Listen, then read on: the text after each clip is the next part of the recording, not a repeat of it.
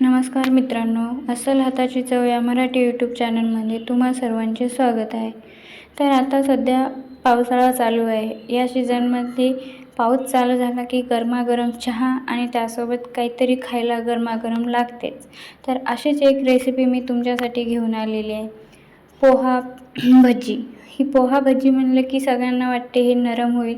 पहिले करताना नरमच होते, पण नंतर ही कुरकुरीत होते आणि खायलाही खमंग लागते आणि करायलाही खूप सोपी आहे. चला तर मग रेसिपीला सुरुवात करूया. तर यासाठी इथे मी 1 वाटी पोहे घेतलेले आहेत. पोहे चांगले 3-4 वेळा स्वच्छ धुवून घ्यायचे आहेत आणि नंतर त्यामध्ये थोडेसे पाणी घालून 10 मिनिटासाठी भिजवायला ठेवायचे आहे. पोह्यामध्ये खूप कचरा असतो मित्रांनो, त्यासाठी पोहे छान स्वच्छ धुवूनच घ्यायचे. आता बघू शकता 10 मिनिटानंतर आपले पोहे चांगले नरम झालेले आहेत. आता यामध्ये मी एक मध्यम चिरलेला कांदा घालणार आहे व 2-3 हिरव्या मिरच्या घालणार आहे. कांदा चांगला बारीक करून घ्यायचा, जास्त जाडसरही नको. मिरच्या तुम्ही तुमच्या तिखटानुसार घेऊ शकता. मी इथे 2 मिरच्या घेतलेल्या आहेत. आता यामध्ये 2 चम्मच तांदळाचे पीठ घालायचे आहे.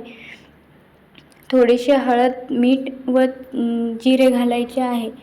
इथे मी 1 चम्मच लाल तिखटही घातलेले आहे. लाल तिखट किंवा हिरवी मिरची तुम्ही एकच कोणतेही घालू शकता. ते पूर्णपणे ऑप्शनल आहे मित्रांनो. तुम्ही तुमच्या तिखटाच्या चवीनुसार घेऊ शकता आणि मीठ हे तुम्ही तुमच्या चवीनुसार घाला. आता हे सर्व मिश्रण एकजीव करून घ्यायचे आहे. पोहे नरम असल्यामुळे हे चांगले बारीक होतात, हातानेच होतात. त्यामुळे हाताने चांगले बारीक करून घ्यायचे आहेत. बघू शकता हे असे बारीक होत आहेत. आता पहिले तर याचा चांगला घट्टसर गोळा होतो. आता यामध्ये थोडंसं बेसन घालायचं आहे. बेसन जास्त घालायचं नाही, 3-4 चम्मच किंवा तुम्हाला लागेल तसं बेसन घालायचं, कारण की पोहे पहिलेच घट्ट होतात, त्यामुळे जास्त बेसन लागणार नाही आहे. आता हे बघू शकता तुम्ही, याचं घट्टसर गोळा होत आहे. आता हे पूर्ण एकजीव करून घ्यायचं आहे मित्रांनो, म्हणजे पोहे पूर्ण बारीक करून घ्यायचे आहेत. आता यामध्ये मी थोडासा खायचा सोडा घालते. तुम्हाला खायचा सोडा घालायचा नसेल तर नका घालू.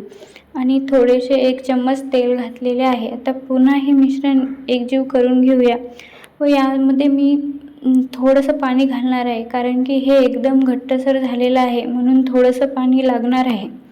तुम्हीही थोडं थोडं करूनच पाणी घाला, जास्त पाणी एकदम घालू नका. पोहे नरम पडतात, त्यामुळे तेलामध्ये कढईला चिटकू शकतात, म्हणून जास्त पातळ मिश्रण नको आहे. थोडंसं घट्टसरच मिश्रण हवे आहे. बघू शकता आता हे मिश्रण या प्रकारे घट्टसर झालेले आहे.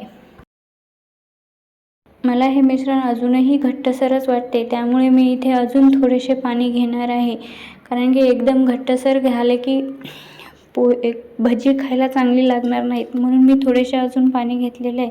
आता हे मिश्रण तयार आहे. आता कढईमध्ये तेल तापवायला घेतले आहे. इथे चांगले कडकडीत तेल तापून घेतले आहे. मित्रांनो, तेल चांगले कडकडीतच तापवा, नाहीतर भजी चिटकतात. त्यामुळे तेल चांगले कडकडीत तापू द्या. आता एक एक करून भजी सोडा.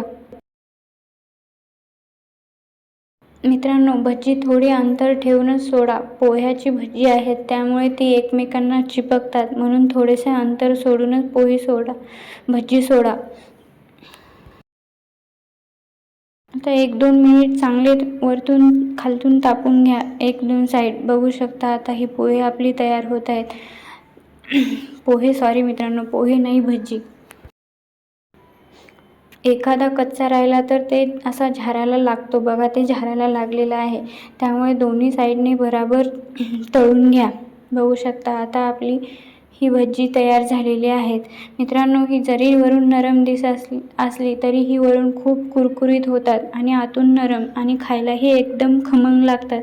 मित्रांनो, रेसिपी आवडली असेल तर एक लाईक, शेअर, कमेंट नक्की करा आणि हो, नवीन असाल तर चॅनलला नक्की सबस्क्राईब करा. थँक्यू.